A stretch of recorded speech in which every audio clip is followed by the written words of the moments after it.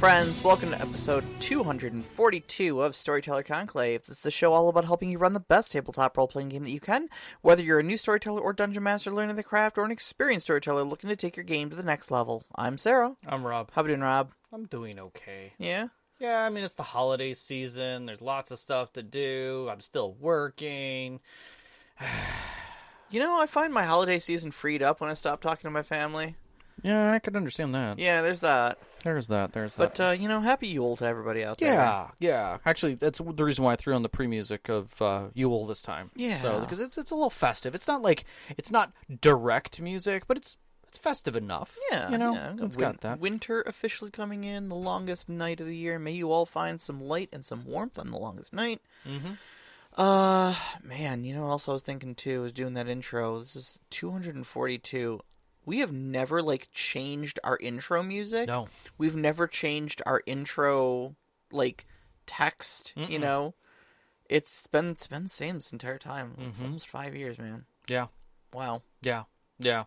Speaking of which, just to get it out of the way so everybody remembers what we'll say at the beginning and the end, next week's show is our last show of 2023. Yeah, year-end show. We always, for those who are new listeners, who might be in the Discord as well, or if you're interested in joining the Discord, our last at the end of the year show, we always open up our live show chat to everyone. So it will be available to anyone, any of our listeners on our Discord. You don't have to be part of the Patreon to be part of that, and that way you can join in and be part of the conversation, talk with us about some of the stuff over the year, and just generally gab with us at the. Yeah, you don't even have to stay on the Discord if you don't want. But if you ever had an inkling to talk with the storytellers here on the podcast, go ahead and join Discord and join the live chat, and we'll be there on. Next Wednesday. Yeah, I also tend to do some random things. Like in the past years, I've given out free game codes to different things because I have a humble bundle full of games. You do. Way too many damn games. And I've also somehow gotten my hands on some possible drive-through RPG stuff as well that I might be inclined to give away for those people who are interested in it, just to get people going. I also have Numenera boxes. I have starter kits that if people are interested in and on the Discord and would like one shipped to them, I can negotiate that as well. But you have to be on the show, on the live chat to be part of that. Yep. Just because we want to know you're out there and we want to talk with you guys. Yeah, we'd love to hear from you. Yeah, we have tons of listeners. We just don't always hear from them. We understand that some of it is just you're like us in many ways that you're introverted. You have your little groups. You don't go beyond those groups, and we respect that. We do. I told my sister the other day. She was like, when are you and Sean coming over for dinner? And I'm like, okay, I need you to understand. To paraphrase Sir Isaac Newton, an object at rest tends to stay at home and watch Netflix, unless acted upon by an outside dinner invitation. So that's where it starts. Yeah. And even that's iffy, I would say. Yeah, But yeah, if you can make it, we'd love to have you stop by the show next Wednesday at this time, and join us. So we could. We'd love to have you around. And if you're in the Discord, I think you can share our Discord as an invite. By all means, invite some friends. Yeah, absolutely. We would love to have people on the show. Knox in the Box in our current live chat is also inviting people to come and hang out with them. So, Yes, please. So that being said. We have a show on stealth. Yeah, tonight's show is a stealth show, so we're going to just... You didn't hear us, did you? Yeah. So that's because we were stealth. That's right. Huh? It's a very good show. We're very good at it. Yes, that was the show. Have a nice night. No, one of the things about this is that we have talked about stealth in stealthy ways, so much so that I had to go back and look to see where we've talked about stealth, and it's really only 3 episodes. And even in those episodes, it wasn't very heavy. It was very much, we just kind of glazed it lightly. We've gone 242 episodes without talking about arguably a fundamental, pillar of some character design. Yeah. I mean, we're looking at the D&D, as the flagship RPG out there. Yeah. And what is the quintessential essence of a rogue? Yeah. Well, 1 in 6 characters is a rogue. Exactly. Of some kind. And then you got rangers who have the ability to hide in plain sight and stuff like this, so they're like diet rogues in a lot of ways. like stealth is a pretty fundamental pillar, and we really haven't talked about it. Yeah, and stealth isn't just for rogues. I'm going to straight that right out. Like, ambushes are a thing, both detecting them and making them. Mm-hmm. You know, and that comes as part of stealth. Knox is in the live chat implying that the stealth talk was actually there the whole time. It was just hidden really well. That is fair. And in fact, it did take me a little bit to find all the episodes. So I will say we did it maybe a little too well. So when we're talking about what this show is going to be, we're talking about effectively that we're talking about characters that are attempting to sneak, that they're trying not to be caught, maybe they're trying to steal something, destroy something, but either way, they don't want to be noticed or recognized doing it. Yeah. And I mean, oftentimes in role-playing games, this is going to play out, is like everyone makes a stealth check, someone inevitably fails that stealth check, enemies and guards spot you, now it's a combat scene, and we want to give you some options, because honestly, I think that's pretty plain Jane. I mean, it's one way you can handle it, sure, but I don't think it's realistic, and I don't think it's fun, and I think we should talk about it a little bit. Yeah, and I'll start by saying this is that the go-to that most people look at, because it is the most prominent, recognized in TTRPGs, is effectively D&D's almost blanket way of handling any skill check that's not combat. And that is just roll for stealth, you are hidden. That's it. Yeah, you'll either pass or you'll fail. Right. And it doesn't really even talk about what that stealth roll means. It basically just equates to whether or not you are combat viable or not. Mm-hmm. That's it. Like, are you a target? No. Okay.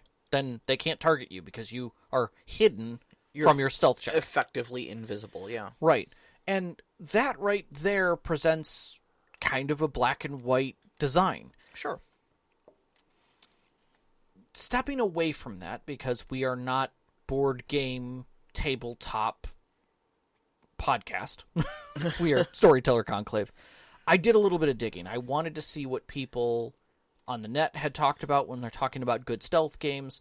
I wanted to look and see what systems had good mechanics for stealth. And you found a whole new game we had never heard of and almost turned this into a system spotlight for this game. You were so impressed by it. I was impressed by it, and the thing is I didn't even look at it for its hard mechanics, for its stuff, because it's a very narrative game, and that is Black 7. Now, if you're unfamiliar with Black 7, I will be throwing a link into the Discord soon enough. Sarah, if you want to actually toss it in, that'd actually be really helpful. It's the one that's there. Because it is very available. But I looked at it from a very 5,000-foot overview, because I wanted to look at how the rules taught me to run stealth, because that is what it's talking about. Black 7, you are a group of effectively espionage people doing stealthful activities. It's almost Blades in the Dark, but specifically for doing stealthful espionage. And they broke things down in a really amazingly simplistic way, and I almost attribute it to being much like Brindlewood Bay handles mysteries. Right. It gives you a different perspective and reminds you of things that probably are necessary. One of the things that they had is, and this was big, was threat is what they have that leads to being noticed. Okay? And noticed is the problem. That is what you're avoiding. It's not death of your character. It's nothing. Because once you are noticed, things change dramatically. Not just for what you're acting on, but everything that follows after that, even when you're done. Because the last thing you want to do is be recognized. That'll last a lot longer than that one action that you were involved in. Yeah, it's one thing to get out, relatively unharmed, but like when the guy sends his goons to your house. Exactly. Like, when you see it in the movies of, like, oh, you broke into my facility and beat up my guys, I could see that, but then you stole something from me. And I took that personally, Mr. Bond. And it's like, oh, Bond got recognized. Yeah. That's just, now MI6 is in trouble, Bond is in trouble, like, the whole situation becomes something different because it's personal. So, the next step behind that is how they broke down the actual presentation with something that they used as what they called milestones, which is using a method and objective. Each milestone has a method, whether it's extract, like kidnap, recover, or stealth, sabotage, which is assassinate, infect, or redirect, or trace, which is like hacking or locate or shadow. So you have one of these methods, this extract, sabotage, or trace, and then an objective, which is just a noun. Are you extracting a thing? Are you sabotaging a person? Are you tracing for information?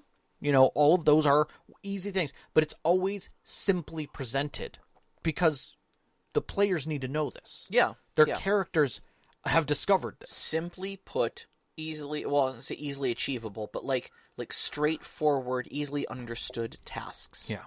Do this, then this, get this. And then it breaks down those methods a little bit and like, for instance, and I'm not going to go into heavy detail on this, but like trace starts with you being exposed, and you're having to keep that down. You're tailing somebody, right? Whether it's digitally or physically, like I'm following them down the street, right, or in a car. I need to basically make it seem as if I'm not doing that to reduce the threat that they think I am. Sure. And to recognize me in doing that. The last thing that I thought was really neat was their way of using static targets. And that was really just a way to identify what objectives are required. Right. That they have to take care of to achieve the goal. What are the major goals? What are the major obstacles to those goals? And everything else is window dressing. Right. And I just thought that was a really concise way of defining the things that are necessary. Yes. And I loved it. I thought it was great. I highly recommend anybody who's even looking at it going into other games, go grab the PDF or give it a read. Yes. You're going to learn. You're going to pick up a lot from it. We're going to break this down a little later, though. I posted a link to it in the general chat of our Discord. Thank you. So that it's there for everybody. Yeah. So Pathfinder also has some additional rules that kind of D&D doesn't touch into because they step into an understanding much like the other game of what it means to be seen or noticed, and that is having different grades of that from everything from observed, hidden, undetected, unnoticed. Instead of just I make a stealth roll and now I'm invisible. Like there are other things there. There are grades of things that could go on in there. Fate handles things because of the way Fate handles aspects. Is that it? In a scene? Yeah, is that when you're dealing with a scene, sneaking is not just about using your abilities within a space, but also using the space. So cutting power is an aspect. It'll affect things. It'll turn off lights. Now there is darkness. Right. Now the cameras aren't working. Exactly. Using things like cover, like heavily obscured is an aspect. And so it redefines how you look at a particular scene and whether or not sneaking, where you're basically just trying to throw things, you're trying to throw advantages for yourself out there so that people don't find you, versus hiding from someone, which is an active thing, right? Yeah. Whether I throw a box over the top of myself, What? Just a box. Yes. But the whole idea is that you can add aspects to the scene as the player. You get that right. Yeah, sure. And that changes the whole scape of what's going on. It's an interesting way of looking at it from like you've got your D&D bog standard where it's like I'm going to roll stealth, somebody else is going to roll perception, and whichever one's higher wins that contest, Yeah. And it's done that way in a lot of games, Very much I mean, stealth versus notice in Savage Worlds. I mean, you still have to get above a 4 to be able to, do your respective action. But if both people get above a 4, it's then contested against one another to see who got higher. Right. But it's interesting thinking, from the Fate perspective, where rather than just I'm going to try to roll the most, obnoxiously high stealth check I can, you create a bunch of aspects where it's like you've got, you create advantages, or I should say disadvantages for the person trying to spot you. Yeah. So, I'm going to use the cover. I'm going to create an advantage using the cover. So I'm going to be heavily obscured, okay? I'm now going to create another advantage, and that's going to be, covered in shadows. I'm now going to create another advantage, which is going to be like distracting noise, Mm-hmm. by throwing a pebble across the room or something like that. And now that guy needs to make his notice roll, not against your really high stealth, but you've stacked so many disadvantages against him that he's going to be like -6 to making that roll. Exactly. And that's the point is that there are other things you can do, and these other systems you don't have to steal the mechanics, but you're stealing the idea of the base tool set that's there of the narrativeness. Blaze in the Dark, Forged in the Dark, we kind of learned about how it sets things in motion from, planning, determining position, diversions, things like that. Oh, yeah. I'd say they were a regular part of the conversation. Yeah, but flashbacks came back into frame there. That's the big one that I think we pull out of that, and they used it as a method to help from analysis paralysis. Yeah, jump right into the story. But I almost feel that it is another tool set that can be employed by the storyteller to allow for adjusting difficulty almost. Mm-hmm. Where it's, okay, how do you want to, now that you're in a pickle, how are you going to handle this? I've already prepared for this and I have a business card. Okay, let's see how you made that business card and how effective it is. Mm-hmm. So there, now you can do a flashback scene of forging a business card that would allow you to get through. Like, oh, I'm actually part of IT. Right. Yeah. I'm the new assistant director to IT. Oh, I apologize. I didn't realize you were coming through. I'm just doing an audit. Mm-hmm. Kind of a thing. So those kind of situations can adjust, even in another game, can adjust the threshold of what's going on at a cost of some kind. So now they know you're there, right? Now, you failed your whatever, so that you became you're now noticed. But the question is are you recognized? Mm-hmm. You're risking that being recognized. Yeah. To do that. So one of the things that when we were going back and forth about this, when we talked about flashbacks, is that you didn't necessarily like an aspect of it. Well, yeah, I mean, flashbacks, we talk, I mean, just a couple weeks ago we had the game mechanics swap meet, and we've talked a lot about how flashbacks are a very portable mechanic and stuff like that, and they do solve a very prevalent problem, I would say, in tabletop gaming, especially when it comes to like stealth, heist, infiltration sort of scenes like this, where you want... Everything kind of has to go off without a hitch. Yes. Because we always expect that, like, we've got, what is it, Yahtzee calls it, the cascade of cock-ups. Yes. Where, one guard sees you, and then you've got to do something about that, and of course then every single guard in the entire world is alerted to your presence. Right, you go from a threat level of 1 to 5. Instantaneously, right. And now, what you tried to be a very gentle stealth scene, trying to play non-lethal, trying to just infiltrate, now you have to murder literally everybody in the room, because you can't have any witnesses, you know?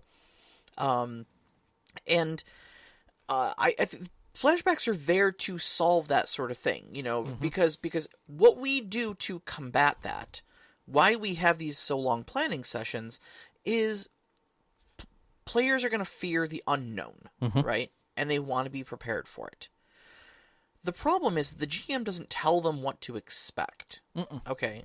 And so they're going to plan for everything, because literally anything could be on the other side of that door, right? And if this has to go off without a hitch, well, then we'd better plan for all of that. But if we don't know what we're planning for, we are just sitting here dealing in hypotheticals for the next 2 hours. Half of our discussion may not even be relevant. Yeah. Yeah. And things can go off the rails. I mean, I've seen it happen at my own table several times. Things can go off the rails pretty quickly. And then there are certain players at your tables who are going to be like, you know what, I don't, like, you guys seem really into this whole planning thing. I think we should just kick down the door. Like, we could have solved this 20 minutes ago. Or as one of my players so succinctly said, you guys spent a half hour discussing this, or an hour and a half discussing this, when the moment we all walk through the door, the entire plan's going to fall apart. Yep. So why not just kick down the door and deal with whatever's in there? Right. And I think the other thing is that not at our tables, but oftentimes players see the GM as adversarial, and sometimes they just straight up are. Absolutely. So discussing your plan in front of the GM is just a terrible idea. Because, you're giving away your plan, and now you can't outsmart them, because they know that you're going to do this. So now in their mind, they're going, how do I counter that? And I get it, because there's even if you're not, like, thinking of yourself as adversarial, even if you don't look in the mirror and think to yourself, I'm one of those DMs that, like, wants to kill my players, right? What we're all thinking is, I want this to be a challenge. Mm-hmm. And if they use good planning, and they circumvent all of the problems, it won't be a challenge. And if it's not a challenge, it's not going to be fun for them. Or I didn't do it right. Yeah, I remember those feelings. I've had those feelings as recently as, like, last game, But you can't always run all of your encounters off of gotchas. No. And in fact, I dare say you shouldn't. You shouldn't. And that's the thing, is that I think one of the best things that all of this comes to the point is that the players need the information. Yeah. That is fine. And it's okay to let your players feel competent and prepared. Yeah. If they are competent and they are prepared, they should succeed. Yeah. You shouldn't... It sounds like it's more dramatic. Like, on paper, it sounds like it's more dramatic to be like, they didn't account for this. Twist ending. But... Well, OSR teaches us room to room. Yeah. But the key is that if each room is its own encounter, when you walk in the room, you see the encounter laid before you. Not everything is a trap room. Yeah. Sometimes it is just a bunch of goblins standing there with bows. Yeah. Okay, that's it. Right? And the thing is that a stealth mission, by defined, isn't a trap room. That is a single thing. Yeah, that is a challenge. Exactly. If Indiana Jones had 19 traps to go through, but he didn't know anything about anything going in there, the movie would stink. And it would be a far shorter movie because he wouldn't know about the first trap and it would hit him and Correct. he would die, But he goes in there, with a fully researched journal and detailed outlines of every trap that's in there and every riddle that he's going to be going to solve. One dude. And he's one dude, yeah. When his dad and him went in there, he had even more information. Yeah, exactly. So how do you do this without flashbacks? How do you do this so that you don't have hour-and-a-half long planning scenes? And the answer is simple. Give the players the information. Yeah. It's okay. Yeah. It really is. Especially if those characters are supposed to be professionals in any way whatsoever, okay? Now, it doesn't have to be free. You don't have to just be like, here's the floor plans. Do you guys need anything else? You can have them do their recon, do their research, bribe a few people for info, just skim the local rumor mill for intel on what's inside where they're trying to infiltrate. There's all sorts of ways that you can get this information that lean upon skills that are even outside of, like, if you're in that typical sort of D&D group, you've got like the one stealth character, and then you might have other characters who aren't as good at stealth. Have them do the information gathering. And here's the point on top of that is they should already know the basics, right? That we already talked about objectives and stuff. That should be known. So why they're getting the information is to help with the planning. Now, make it have a risk. This is where threat comes in. If they're trying to gather information about a site, that puts them at risk of being noticed that they're doing that. Maybe, somebody may not come after them for that, but it does mean that a time clock may start ticking. Sure. Or a notice scale might start being recognized, that maybe if they failed a couple of their checks, right, and they know that somebody's, maybe now they're noticing that there is like a team watching them when they go into certain places and stuff. So their threat level starts at a 1, meaning when they get to the facility, it's already at a 1. It knows that they're coming.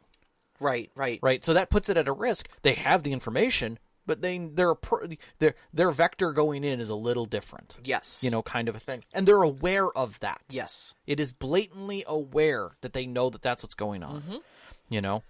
I would say that the next step is just make sure that information you're giving them is truthful and actionable. Exactly. Tell them explicitly what they need to overcome. Yep. Okay? You guys discover the thing is in the vault. There is, however, a retina scanner and a guard checkpoint you will have to get past to get to the vault. Period. That's it. Right there. That's the whole information. Now they will need to come up with how to bypass the retina scanner and how to bypass or neutralize the guard station, but they need to know these things. You know? And then they can plan around them. And what you're doing is you're allowing them to be professionals because they would find this stuff out. Exactly. You know, your players aren't mastermind safecrackers. Nope. They don't know what to look for, especially when it's all imaginary and there's nothing they can even observe with their own eyes anyways. Right. You know, tell them, you discover this. You know to look for this. Yeah. And the thing is that it's never and this is the beauty of it not being a brand new thing that's super secret and everyone died who created it, right? That's almost never the case. Yeah. There's always someone who built it, someone who worked on it, and someone else who, knew that guy at a bar, right? So information gets leaked out all kinds of different ways. Last but not least, even if they make a failed check on, like, how they're supposed to crack the safe, they know Plan B will work. Like, hey, you know that you can't, the combination, in researching the combination system, you made a failure on that, okay, but you failed forward. You know that the combination system isn't working, but you do know that you can cut the combo system off. It's going to take you an extra 2 turns. So instead of gaining threat on that, they just now know that it's going to take them an extra turn to get through the safe. Okay, great. So it's never a total complication failure. The whole idea is that you are just letting them do their research and adding another layer of complication to whatever their objective is, what the final objective is. And again, every time they know what they need to do. It's not a question in their mind. Yeah. Yeah. So, and the last thing, and I'm going to say this. I have to say this because I forgot to put it in here. Don't earlier you had made the point that it has to be truthful and actionable. When they get to the safe and they open the safe after sending 6 hours, don't do the movie thing of there's a note inside and it says ha ha ha. Oh, God. Like, sorry, that is not fun after 5 hours of gaming. Yep. There's nothing fun about a card that says that. Yeah. I have nothing to add to that. You're correct. So, all right. Stealth in the end is an encounter. So it still follows all of the encounter mechanics that we've talked about in the past.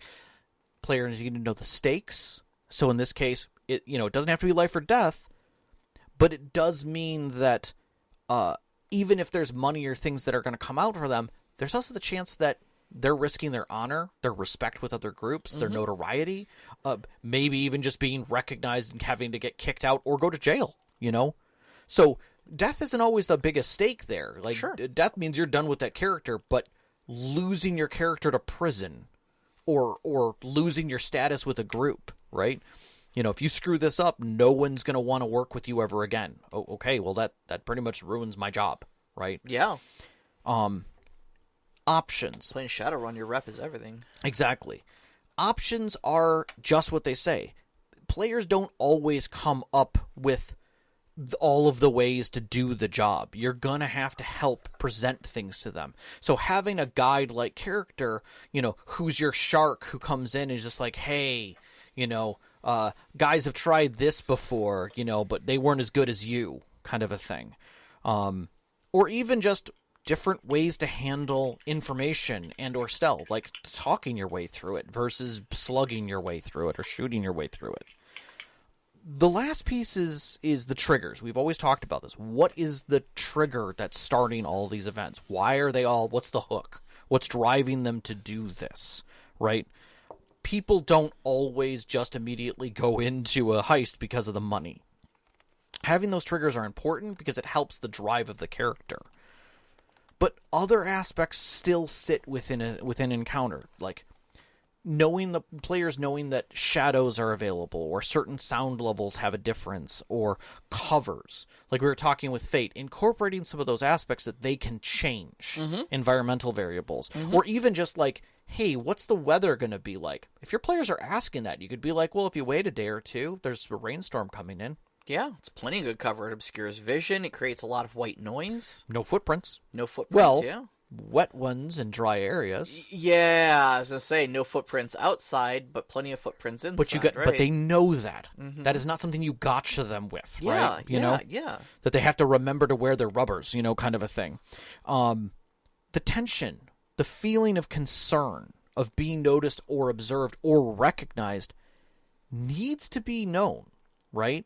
That confidence that they're seen or not seen. And that is an important aspect of a stealth encounter because, again, that is your indication of your health, right? Or that stat. But I think in the end, this concept of threat, whether, and I'm just using that as a term because I think it's a very good term for what it means, is that threat builds. And threat is not always the obvious threat of the guards at the place. It is the threat of what's coming from the growing threat. When threat gets higher and higher, it means more and more risk. They might just call the cops. Yeah. Now you've got two problems because you're someplace you shouldn't be. They obviously have guards here. They're okay with that. The police know about that. They don't know why you're here, sulking around. That's trespassing, destruction of property. Those are all going to put you in jail, right? Yeah. So, these are things you have to consider yourself. Plus, the people who sent you are not going to vouch for you. They're going to walk away from you as quickly as humanly possible. That trespasser who's trying to be an E? That was on my behalf. My bad. Sorry. Mea culpa, guys. Yeah. So, you have to know that as the threat increases, that the players need to know when they're done. Like, when it's over, because they're just not going to be able to do another job. Right? Or now they've got to handle the risk that's come at them from this one thing that they tried to do. When you're presenting this, we still follow some of the same things that we've talked about in the pack. Understanding the stakes that are involved, the options that are shown, the triggers, but also understanding within the design of the actual encounter, the objectives, the obstacles, and the complications. I think Deadlands helped us outline that pretty clearly. The objective is what I was talking about before. What is the thing that they need to do, and what do they need to do it to? Right? Are they ambushing a money convoy? Right? Are they cracking a safe for information? Are they freeing a prisoner? These are all valid things that are the objective, the clear objective. The obstacles then become what is the 2 or 3 major things that they have to do to achieve that, right? They have to get past the laser fence. Yeah, like right? I said, the MacGuffin is in the safe, but there is a retina scanner and a guard station. Yep. And those are two things that have to be handled before they can deal with the actual the information and getting out of there. So those are clear obstacles, and they know the cost of those obstacles, whether it's resource, time, whatever. There's nothing mysterious about those going into it. It isn't a questionable trap or situation like that. And then complications get added onto that, and they should know what those complications generally are. Right? Whether there is, automated machine gun turrets, or whether there's, mages that are around the area doing magical defense, these are all things that they can identify and know as complications as the threat rises. If they get noticed, these things will start looking for them more, right?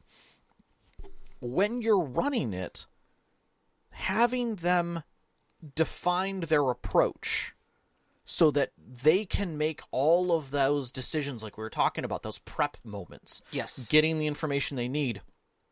Let them build their successes, right? Because really that approach is not a mechanical, like on-grid movement through the shadows kind of thing. Right. We're not playing Thief the Dark Project here. Right. It's let them roll into it until a complication comes up. It's a planning session. It's a slow roll. It's a team effort. You know, and I think that's we're like one of the greatest places for like an ensemble cast sort of approach to this comes in. Yes. You know, like I was mentioning earlier, not everybody is going to be the quote-unquote stealthy character. Not and that can, when you say this is going to be a stealth scene, this is, that can leave a lot of people feeling kind of left out of like, oh, well, I'm not the stealth character. I'm the full plate, fighter. Okay, cool. That doesn't mean you don't have a part in this, though. If our approach, is a slow roll to get one infiltrator in by using all of the other characters in our group as either distractions or, maybe like a man on the inside, okay, so you've got your bard whose perception, or whose, deception roll is off the chart. Mm-hmm. Cool. He's your man on the inside now. Sure. He's got a gigantic charisma and likes to seduce people. Cool, it's a honeypot operation. Mm-hmm. Have him go in there and schmooze the Contessa. Mm-hmm. And while she's doing that, she's distracted and she's not directing her guards to pay attention to the thing. Right. Right? What is the big dumb fighter in full plate going to do? Well, he's going to buy a cup of coffee for the guards at the front desk. Mm-hmm. And he's going to walk over there and talk to them and be like, hey, guys, yeah, I used to be a guard too, Now I'm with the Fighters Guild. They pay so much better. You guys should fill out an application. What are they doing while they're talking to him? Not paying attention to the Khajiit stealthy bouncing across the rooftops. Yeah. My one of my favorite ones that and I'm trying to remember what movie it was from or show, but effectively, like, they were getting ready to do a heist at this tech facility, right? And the one guy's like, I don't know anything about computers or any stuff like that, so you guys let me know when you need me to be a wheelman or something like that. And he kind of walked away, and they were all like, all right, yeah, whatever. They infiltrate the facility, and at one point, like, one of them gets recognized in a room because their pass card isn't working. And one of the guards comes over, is like, well, I'm going to need to see your ID, and figure out what's going on. You'll need to come back to the guard station. And they get back to the guard station to, like, do the badge check. And looking up at the guard station is the heavy. He's like, can I see that badge? And the guy's like, yeah. Let me see. Yeah, these have been giving me problems ever since I started here about a week ago. So maybe I just did this wrong. Hang on. Oh my god. Oh, there we go. Now it's working. That should take care of it. Sorry about that. Sounds like a Leverage episode. Exactly. Yeah. It sounds like Leverage, but at the same time, it's like it was a flashback that effectively that the guys was like, while they were doing all of this recon stuff, I spent 2 weeks getting myself in to the job. Mm-hmm. And so now I'm a lowly guard who does nothing but ID badges. Or even just on the fly, you jump the guy who's there, you knock him out, you stuff him in a dumpster, and you steal his uniform. So you can just be there for the next hour. And I gave him a break. You need. Yeah, exactly. Yeah. But, like, I think if you watch, like, Leverage and you watch Ocean's 11, you'll see that a lot of these, like, stealth infiltration things aren't always, like, 5 people trying to sneak in. Yeah. It's usually one person trying to sneak in and 4 people being big distractions and infiltrators and information gatherers and, I mean, even in Ocean's 11, Daniel Ocean, you were talking about exposure earlier, Daniel Ocean doesn't take the role of a different person. No. He takes the role of Daniel Ocean. Yeah. Why? Because they're looking for Danny Ocean. Right. And when Danny Ocean shows up, all eyes are on him, and they're like, you don't belong here. You're right. I probably don't belong here. But what are they doing while they're throwing him out of the casino? Paying attention to him. Yeah. Yep. Every time. Exactly. Every time. Exactly. And that's the thing. So encourage your players when they start dealing with their objectives, their obstacles, and their complications to do what they're good at. But let the dice tell the story. Again, this isn't an adversarial role. By setting the objective, the obstacles and the complications, you're just putting things out there for them to have to deal with. Mm-hmm. It's not a roll-off. It's, did they succeed? Great. If they didn't, there's a complication. Maybe the threat goes up. Maybe their notice goes up. How do they handle that? What did they do to help alleviate that or try to alleviate that? Try to take a step back from it. Yeah. And they may do different approaches. And the thing is that even when an approach is botched, right, their initial implementation is botched and threat goes up, they could still find a completely different way to use that. Yeah, sure. As a distraction. Like the Danny Ocean thing. Yeah, exactly. Like, what are you doing in my office? I got lost. In my casino, you got lost. Yeah, Danny. All right, guys, let's get this guy out of here. Right? Again, that's all distraction right there. Right. Like, oh, I left my coffee in there. You didn't leave your damn coffee in there? No, I meant my cufflinks. I'm sorry. It's stumble of the freight. Can I get my cufflinks back? They fell on the carpet there. What's up with these cufflinks? And so now there's even more things going on, right? Yep. But the whole point of it is that he is recognized. Mm-hmm. And later, they're gonna scrub his teeth down to the last parts of his shoes to find where'd the money go. Right. And he's clean. And he's clean because literally his entire function is show up, be me, stay caught. clean. Yeah. Get caught, go to prison for a few years, you know, and then come out, and he's fine. Right. But the thing is that sometimes you will find that your players will find a way to work through the failure. The idea is that threat should rise with each of those failures. They fail maybe forward, but the idea is that they know that threat is a risk, that exposure is more than just a physical risk. Mm-hmm. That cops may come, that there may be afterthoughts that happen, and it might be easier just to back out, let things cool down, come in from a different angle, try something totally new, right? That's an option. But until they understand and respect the threat, that's when things really come into play. Yeah. So the last thing that I'm going to throw at this, at least from my angle, I know we've got a few more things on here, but at least this is the one that sits in my head when you're really trying to get with people, is don't belittle your characters. And for me, this is failure doesn't automatically mean you suck at your job. Yeah. Okay, or you were too loud. Same thing, same advice for combat where, like, the fighter doesn't throw their sword Butterfinger style across the battlefield the moment they roll a 1. Exactly. The same thing with your stealth characters. They don't automatically trip over a trash can and scream, crap, at the top of their lungs the moment they roll a 1. I hate when somebody's picking a door and you're like, your lockpicks break. No, they don't. They don't. You paid good money for those, they didn't. But what could they're happen tempered steel. is the door opens and the guy behind the door stares at you. Mm-hmm. Locks eyes with you. That's a big enough failure as it is. Yeah. Right there. Now you're not only noticed, but he's going to remember you. It reminds me of my biggest stealth flaw was one time we were infiltrating a camp, and I was playing the assassin character. Snuck all the way into the camp, made some really miraculous rolls, did it all ninja style, where, like, I came in through the river, breathing through a reed, you know? Mm-hmm. Got into the camp completely undetected, got the MacGuffin we were looking for, and on the way out, the storyteller asked for one more stealth roll to exfiltrate, and I botched it. Okay. Like, as hard as you could botch it in Palladium. Oh, yeah, okay, I know the feeling. And so he says, okay, you poke your head out of the tent, you look left, you don't see anyone, you step out as you're looking right, and you hit a guard. Mm-hmm. And in the chest. And I went, oh, excuse me, and stepped around him. Yeah. And the guard was like, yeah, no problem, just be more careful. Yeah.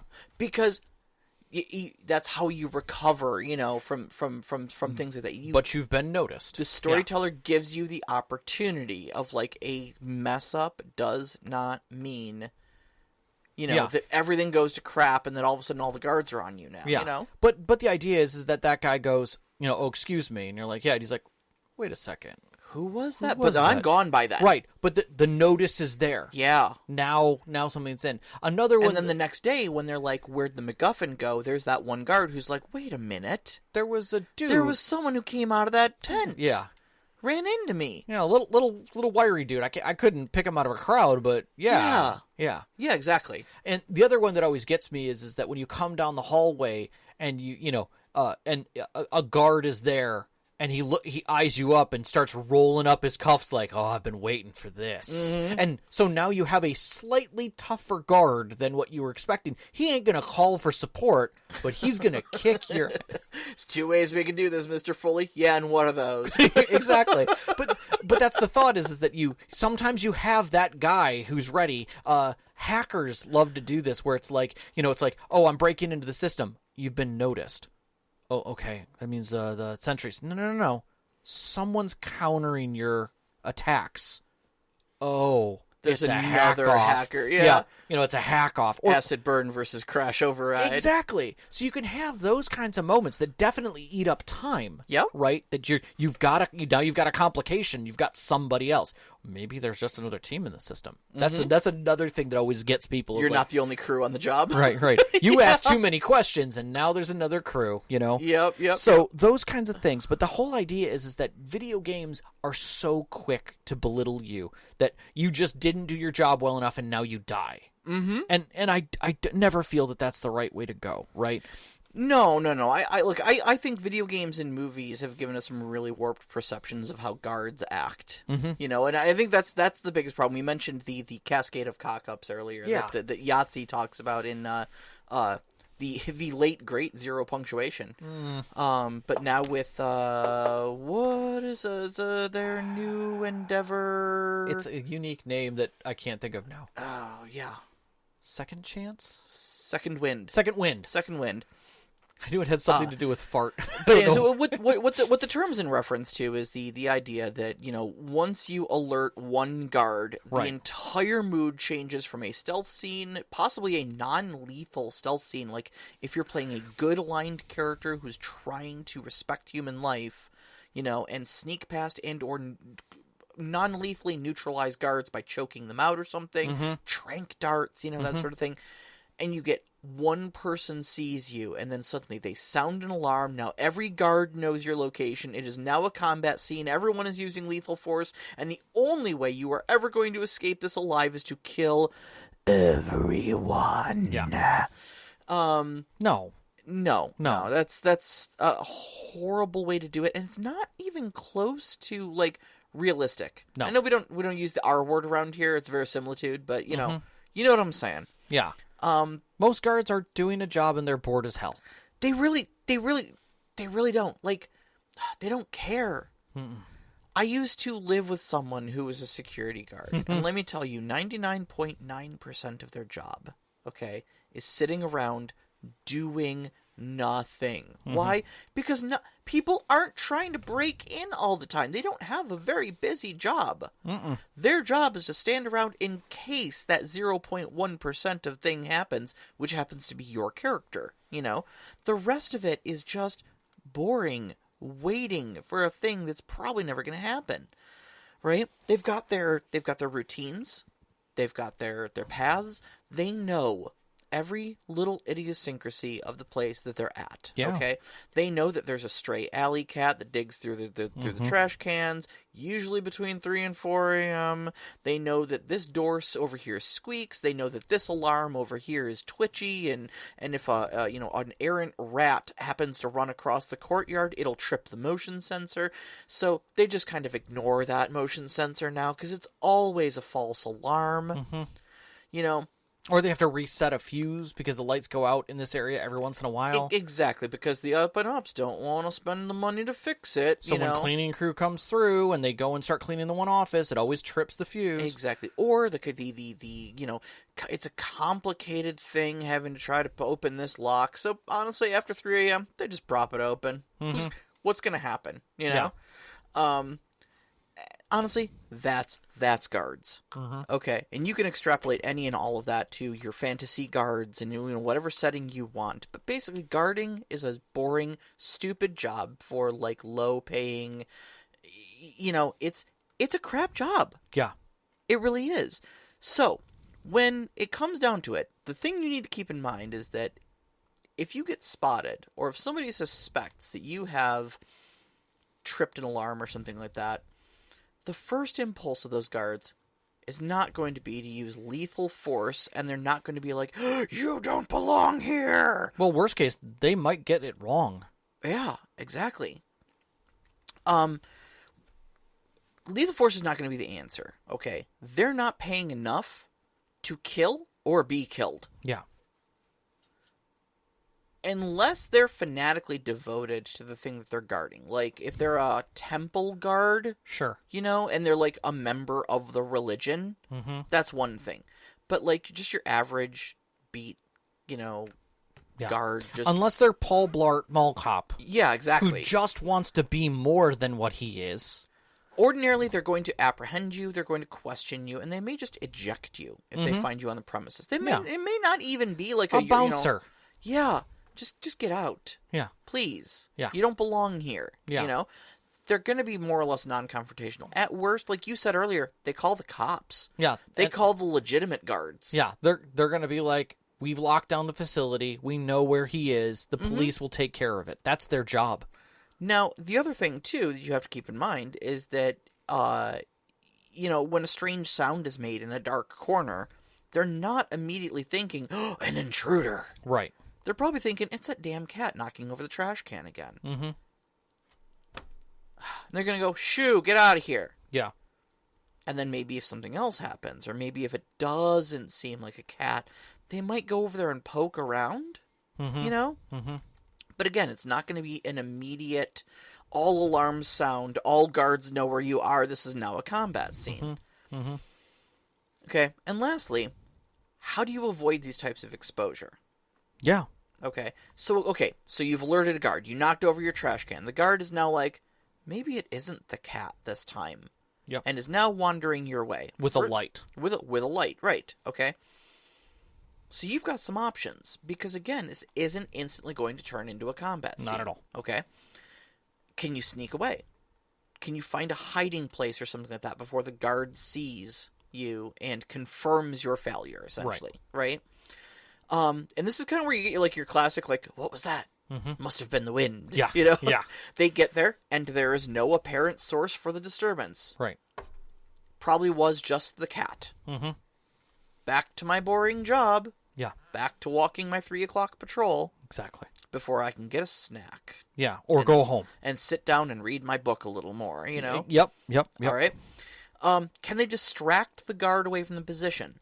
Okay, give them an opportunity to, toss a rock at the other, at the other side of the courtyard. So now there's a noise over there. Mm-hmm. And they go and inspect over there. Well, you sneak away. Mm-hmm. Okay? Is there a way to bluff your way out of it? Mm-hmm. I love this one. As you can see, I have a clipboard. I'm supposed to be here. Yeah. Okay. This is what my character pulled in that thing. Yeah. Oh, excuse me, I'm sorry. And walk around the person. You would never say, oh, excuse me, and just stroll casually away if you didn't belong there, would you? Mm-hmm. It's confidence. Exactly. Yeah. Most good social engineering is just confidence. Exactly. And then the last one, and this is always an option, you can just ambush the guard. But now you run the risk of other guards wondering where that guy who isn't doing his job is. Right.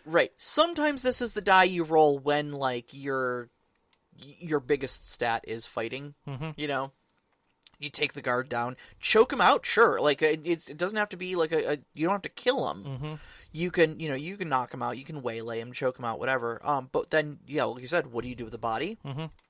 How long will he stay out? Mm-hmm. How long till he's declared missing? Yeah, and one of my favorite things is in video games, it's all about hiding the body so nobody finds the body. Mm-hmm. But the truth of the matter is not seeing when a guard is supposed to check in and things becomes a bigger risk. Yeah. Especially for small places. It's people do routines, routes. This guy does this for the next 20 minutes, and then I do it because our legs get tired. He didn't check back in. Right. Routine is your enemy. That's the thing, is that Right. these guys are doing the same thing every night for 3.5 years. Bob always shows up with a Snickers bar because he stops at the vending machines. Right. And he shows up at 3:05 or 3:07. Right. Depending on if he's got exact change or he's using his dollar and he has to rub it 4 times, Exactly. So when at 3:07 rolls around into 3:08 and Bob isn't there with a Snicker bar, Right. now we're starting to... Where's Bob? So now you're flipping through cameras, you're sending somebody who's out there to go look for it, you're having to double shift. People are frustrated. Exactly. Because now they have to do more work. Exactly. Or they're interested because Bob's a good guy. Yeah. And maybe Bob had a condition. And they're Yeah, shit. Is Bob okay? Does he have a stomach cramp and he's on the crapper? Right. So now they're checking other places. What's more likely, that we're getting broken into, or that Bob stubbed his toe and he's, He had another one of those atomic burritos, Right. And now we're all going to pull extra shifts and maintenance. Right. And the janitorial staff is going to have a bad day. But that's the thing, is that you don't always have to think outside of that. Work with your players. Sure. They might even come up with something far funnier. Absolutely. Yeah. Absolutely. So. But things to consider. Yeah. So the point of this, as it all comes down to it, is that there are lots of ways to handle stealth. Mm-hmm. But for me, I think seeing something as blunt as threat and recognition and notice. Keeping those in your mind frame that those are the pieces that are the risks that come into being stealthy or not. Yeah, absolutely. Absolutely. So, all right, we have some good questions. We have some really great We questions. have lots of them, too. Yeah, we do. All right, so Kilkey asks, what are your tips for portraying stealth as a competency and way of seeing and interacting with the world, rather than just, they crouch walk good? I love how that's phrased. So, a lot of systems in the way that they handle the mechanics in skill sets and such like that are kind of black and white. But when it comes down to the actual character, ask your players, like, is your player a Danny Ocean? I'm obvious, but I know how everything works in the background. Mm-hmm. And because of that, I can walk my way through pretty much any situation, right? Because I look like I belong, because I know everything that needs to be here. Or am I a catburglar? Do I not make sound when I walk because I wear the right shoes and I don't have clothes that make any sound, and that's just who I am? I'm just silent. Mm-hmm. You know, seeing Blue-Eyed Samurai and the giant guy, I can never remember his name, who is literally dead silent. Mm. You know, because because ever since he was born, his brother hated him making noise. Yeah. So he just learned to be super quiet. Mm-hmm, mm-hmm. And that's fantastic. Those kind of moments are fantastic. But you don't just have to do physical silence. Being confident in a situation can sometimes be just being, unobscured. Like, I could be anyone in this place. I know well enough to walk down this corridor in my suit, and when I get to this room, I'm going to step in, grab a lab coat from the locker, grab a clipboard, put a pair of glasses on, pull my hair up in a bun, and now I'm someone entirely different. And yeah. I can just walk into the lab Yep. and check a few things, and I know certain terms to say. Social chameleon, yeah. Exactly. And maybe that's your stealth. Yeah. I think seeing the way to see and interact with the world rather than just, crouch walking good, for me is in how you as a storyteller describe things to characters. It's one thing to just describe things in a very objective way, but it's another when you start tailoring those descriptions to the professions that the characters have. So, your stealth character, you can describe how people move. You recognize this person, has some stealth training or is maybe an assassin because of the fluid ways that they move, the way that they roll their feet, the way that their eyes check the shadows. You can see this because you know it. This is what you would be doing if you were them. Describing what is going on in the shadows, where those stealthy places are, or what various security measures might be in a particular place. Just because these are things that a character who is part of this profession that has that a stealth sort of profession would look for. So yeah, when you go in there, be like, yeah, the door is it's thick, it's reinforced. You notice the locking mechanism is X, Y, and Z. Because these are the things your character would pay attention to. Yeah. I couldn't tell you what color the door was, but I can tell you what I would need to bypass it. Right. Next question. How might stealth be made into its own paradigm instead of being defined as an alternative to combat or social conflict resolution, i.e., grounds for optional stealth / start stealthy and loudly tropes? I think that's where my concept of the concept of threat comes back into play, and that is that threat is not physical, and it doesn't always amplify to violence. Yeah. It can amplify to a third party coming in, like the police, to handle the situation. You're taken away in cuffs because you trespassed. Sure. Maybe that's a night in jail and then a pending court case, but that's not death. Yeah. Right? Likewise, threat might also be you finish it, but they know who you are. They will come and find you. Yeah, congratulations. You got out alive and with the MacGuffin. And Yeah. the next day, the goons show up at your door. Yeah, and Yeah. they want it back. Right. Or worse yet, not only do they know you did it, but someone else know you took it, and they come and rob you. Yes. Because you're less secure than the other place was. Right. Congratulations, you got it out from the retina scanner and the guard station and the big, screw you vault. Yeah, I'll be taking it now. Thank It's you now very in much. your living room. Right. Right. Yeah. What was it? It would have cost me a full Delta team and probably the loss of things, plus some recognition on my side. I figured it was going to be at about $1.5 million. I paid you just under $1 million for this. I think I actually made money. Thank you. Mm-hmm. Like, what? Yeah. You know what? I'm not going to pay you at all. I'm just going to walk out the door with this and maybe leave you broken. Have a nice day. And that's a bad guy.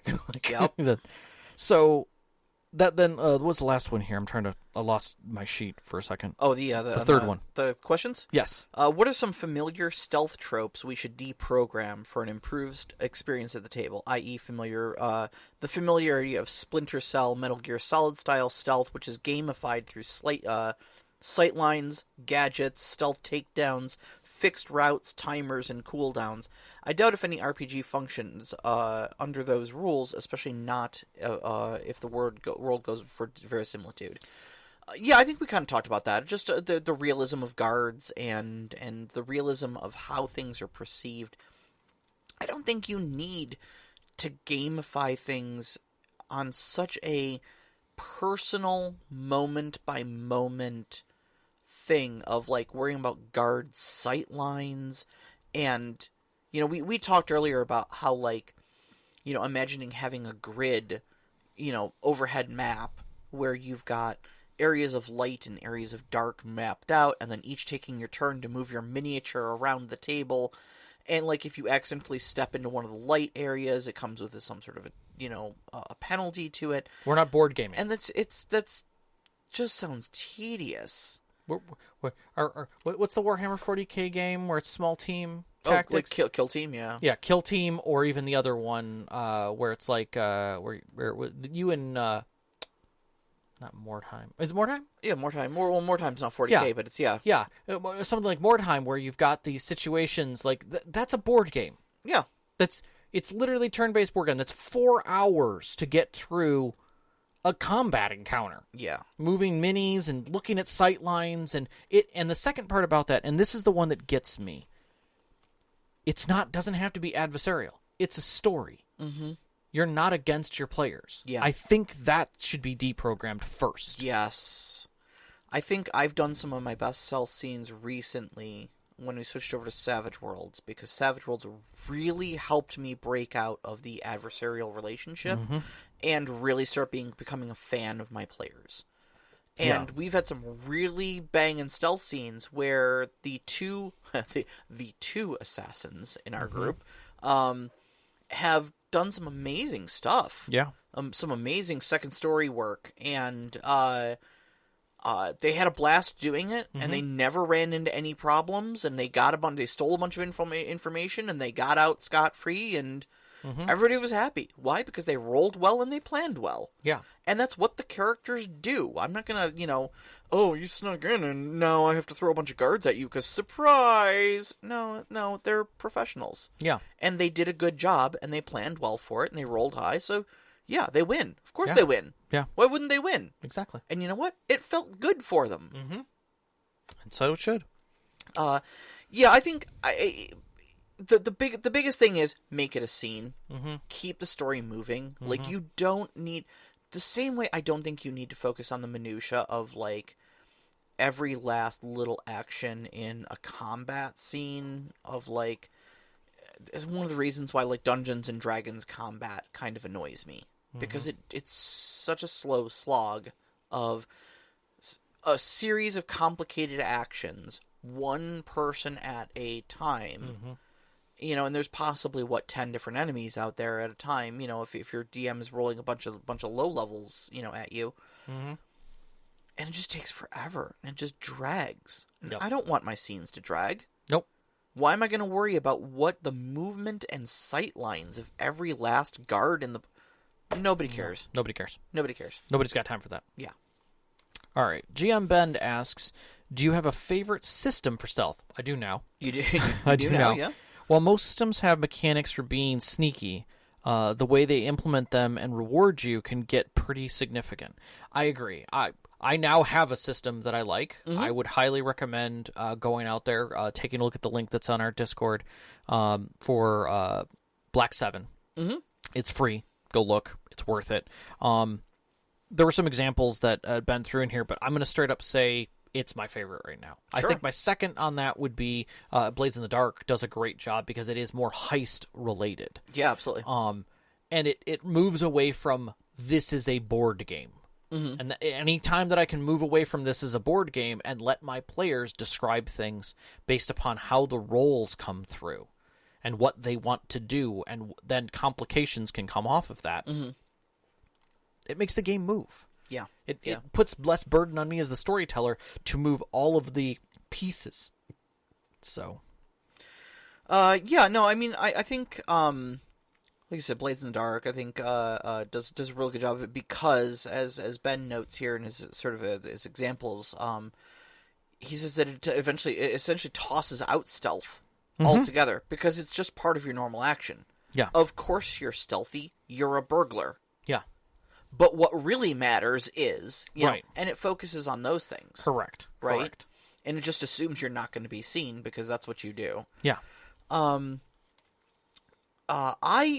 have actually really liked the idea of any system, Modifius's 2D20 system, the Fate system, Cortex Prime did this, where you have aspects. Yeah. Because I think the idea is less don't be seen and more making sure that the deck is stacked in your favor or so severely against your pursuer's favor that it creates such an advantage for you. Right.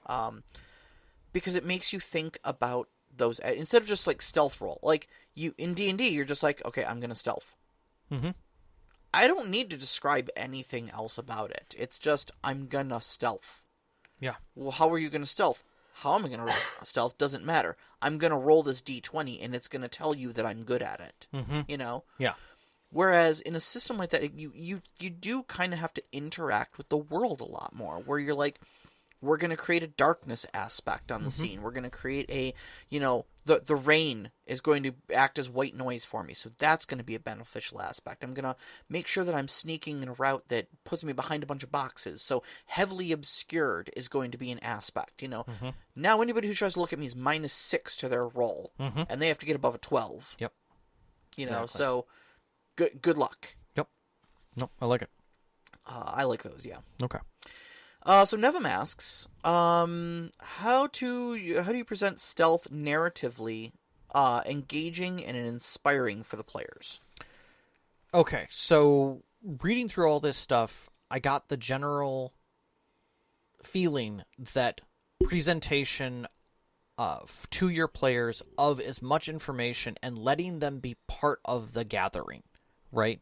When you present them with a location, an objective, and they start asking for things, they're drawing the world like what they're looking at. They're moving their mind's eye to what they want to see, and you're just filling in the gaps with them.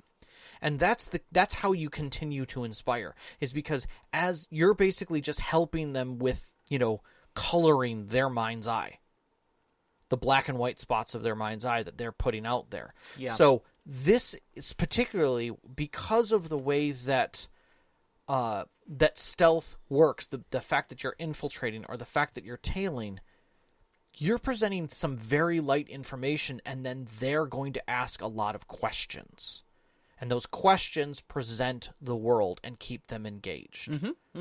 So really your work effort is filling in the blanks and then creating with them their complications as they arise. Yeah. If all I'm saying is, and scenes can be as simple as you are following a guy back to his lab to interrogate him. That's what you have to do.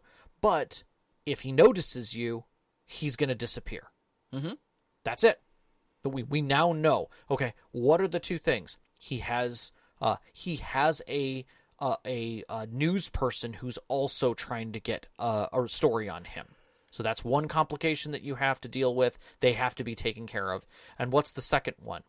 The second complication is you don't. Let's see. That would be a good one for or second complication. You know that the location where he last was at was highly secure. So he had like a padlock, or he had something more than a padlock on his door, maybe an electronic lock of some kind. So you're going to have to manage that. Okay, or disable it in some way. So not only are you going to have to, before you can even capture him, you're going to do that. That's all I have to lay out. Everything else is going to be questions from the players to engage that moment. Yeah. And that's the key, is that it creates engagement versus here's a room full of bad guys and trappy things. Go ahead. Yeah, now move through it like it's some sort of shifting maze. What am I doing here? Yeah. Oh, you have to find something. Great. So I'm going to have to do a whole bunch of perception checks until I find it? Mm-hmm. That's no fun. Yeah. That's no fun. Yeah. If I know it's hidden in a certain barrel that's marked, okay, that's a little bit better. But, like, shouldn't I know roughly where it's going to be? Because I did some research? Yeah. You know, that's the whole thing is that the more information they have, the more they can engage in the story as players. And that's, I think, where it comes into. That's where you're going to get the most pay for that. Yep. Give your players truthful and actionable information and allow them to act on it. All right. So the Mad Elf asks, stealthy actions are one of those things which are often seen as make or break. If you fail a stealth check against the guards, they are alerted, you are noticed, you failed to escape, etc. How do you take stealth actions and build extended actions or scenes around them without failure leading to a complete breakdown of the action? And I think we talked extensively about this. We did. Where I don't think you ever actually fully detailed what the whole threat system was. So, like, threat 0 is essentially your status quo. Like, you're completely undetected. Nobody knows anything about you there, right? Sure. Yep. Okay. So, threat 1 is they think maybe something's up. Yeah. And they're going to be looking a little extra hard, but nobody has seen you. They don't know they've been infiltrated. There's just this is the, was that damn cat again? Sure. Moment. That's a threat or even there might be, like, the guards may have been put on alert. That we might be having we've had some recent break-in attempts. Yeah, so just be extra spicy tonight. Sure. Like, okay, cool. Threat 2 is they have noticed something is up, but you have not been seen. Correct. Okay, so they find they find Guard Bob that you knocked out and stashed in a dumpster. Right. Okay, he doesn't know what hit him. He can't identify you, but and he's even still unconscious. Right. They know something is up, but they can't tell where you are. They don't know who you are. Yeah, right? And depending on what the situation is, they might not still know that anyone's there, but they know an event has occurred. Yeah, something is out of the ordinary, and now we're on kind of... Did Fred knock out Bob because he didn't like him, and now we have an internal HR issue? Right. Like, what's really going on here? And then 3 is where you have actually been, you've been seen, but you have not been identified. You've been noticed. You've been noticed. So it is now an event. You have been noticed. Things are reacting to you being there specifically. Yes. Anything above that is you are either recognized, you're actively being thwarted. Either way, the jig is up until they're comfortable again, and they're being everyone that's everything involved in the scene. Right. And that's oftentimes getting back from a threat 5 is pretty much impossible. Yeah.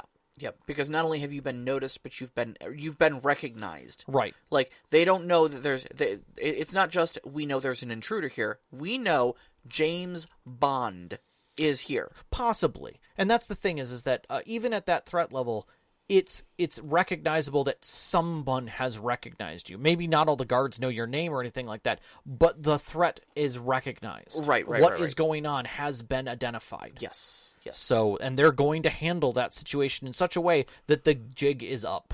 Yeah. So I think, first off, identifying threat in that sort of a thing, rather than just a pass-fail mechanic of, you failed one stealth check, now all the guards want to kill you, is your first step to building it into an extended encounter. Yeah.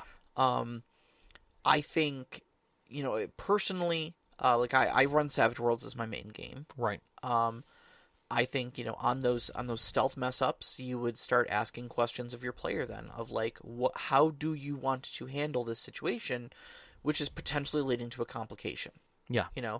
Can you recover from it? Because the answer might be yes. Mm-hmm. I don't think one failure should put you in in the can. Right. And the other thing is that with threat, you can also alter the scale. Like, that is not an absolute scale. Yeah. You can also say that, like, at threat level 3, they're just going to call the police and say something's up. Mm-hmm. So now you've got 3 turns until the police show up. Right. Or until they call the police, right? And that's the thing is that it's also threat must always be obvious. Mm-hmm. It should never be, oh, you're at threat level 1. Well, what's that? You don't know until you get to threat level 2. No. They know what the risks are. Yeah. What the triggers are going to be because they've planned, Mm-hmm. right? Well, what's going to happen? All right, so we get in there. If we get recognized, maybe they just throw us out. But if we start causing problems, they're going to call the police, and we're going to deal with them too. All right, well, how long till they call the police? Well, policy says that if they find someone, they're going to call the police unless they find a body or unless something triggers one of the alarms. Mm-hmm. Okay, and that's definitely going to call the guards in, and they're going to call the police immediately. Okay, well, that's going to cause a risk. So those scenarios should be painted out so that the players are fully aware of what the rising threat really means. Right. Now, instead of you being able to exfil, you can't. Mm-hmm. Like, they're on you. Yeah. Your chances of exfilling just increase your threat because you're going to have to do it obviously. Yep. Which is even worse. Crashing out of a 3rd-story window into the pool below, right. sort of stuff. And in having chase not only by those guards, but also the police, yep. who have radios and exist outside of the facility. Yep. Those kind of situations. Those are the, and to extrapolate that into a fantasy realm, maybe there are other threats outside the facility that they're quite okay with pushing on you. Oh shit, hellhounds. Exactly. Like, Harry, what have I told you about swearing? Sorry, Michael. Heckhounds. Oh shit, heckhounds. Exactly. Love those moments. So think about threat. Think about your levels of threat, making sure those things are obvious. I think that's really what you can do to build an extended scene. Because a scene can very easily transition from we're doing well to we're being chased. Mm-hmm. And what does it mean to shake that chase off? How long is lay low mean? Yeah. Where do you lay low? How do you lay low? How do you get rid of threat? Right. So that's a show. I think that's a show. I'm going to say it's kind of our last full show next to our end of year wrap up. Yeah. Because normally at this point we have to prepare for next week to write our next show, and we don't. We'll still jot down some discussion topics, but it ain't gonna be a 3-hour long discussion. But now we have session. But the 3-hour long research session is next year. Oh god, we got to come up with shows for next year. Yeah. So we're bad. We're really bad storytellers in that sense. So next week's topic is our end of the year review for 2023. So we're gonna just kind of take a look back on the different shows we did, different system spotlights we did, experiences we had at our games and our tables, and kind of looking forward to 2024 as well. Like what our kind of plans are there and whatnot. Yep. But we'd also love to hear from you guys. Like we mentioned earlier, we're gonna have live chat open on the Discord. If you ever wanted to talk with the storytellers on this show, now's your chance to do it. We're gonna open that up. You don't even have to stick around on the Discord. Just join, hang out in the live chat, and then you can leave right away.